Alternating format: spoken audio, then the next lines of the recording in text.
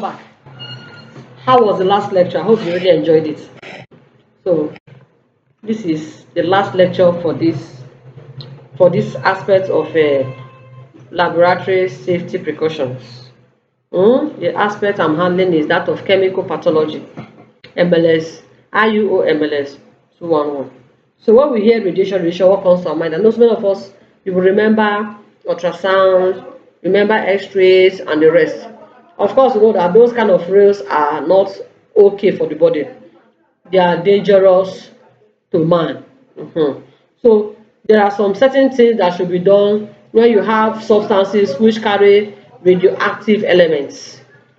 Those, in fact, those substances, that those materials that carry radioactive elements, firstly they should be labeled.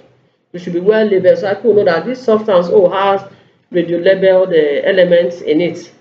Okay, then if you are working with such materials, say distance yourself appropriately from source of radiation. Any source of radiation, try to distance yourself from. If you remember, if you go to the hospital, for example, to do x-rays and the rest, most time when such things are done, the team, the staff are not usually there with the patient. Why? Continuous exposure to radiation is not good for the body. It can cause problems. It is dangerous to human health. So you try as much as possible to distance yourself from radiation or radioactive elements. Now use appropriate shielding. There are protective clothing or materials for working with such things. Use appropriate shielding for the type of radiation. Contain radioactive materials within defined work areas. They should not be found routinely where other laboratory materials are.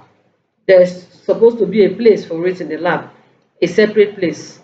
So if there's need for it, it can be used and kept there, not something that one will be exposing him or herself to on a daily basis. Wear appropriate protective clothing and dosimeters. Wear appropriate protective clothing and dosimeter. So in a summary, we have talked about safety precaution. When you are working in the lab, the first thing you should think of is your safety. You are not working in the lab to die there. You are not working in the lab to pick up unnecessary things and take home and go and share to your friends and family and your loved ones. No. So the first thing you should be thinking of, even as I'm working in the laboratory, my safety should also be considered. And that's why we talked about safety precautions today. Some of the things you should do, apart from you wearing your lab coat or your goggles or your hand gloves, etc., etc., there are certain things that should be done in order to prevent hazardous materials from getting to us. Some persons, if you even see their lab coat has become a lab suit.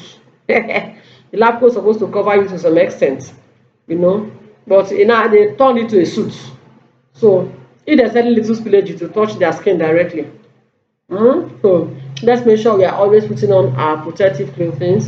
Always adhere to the rules and regulations of the laboratory so that even as you are trying to work on samples for the betterment of the patient, you also will also be safe. Your safety first. Okay. See you subsequently. I think this is the end of our class for now. So if you have questions, feel free to ask. I will always answer you. Have a lovely day.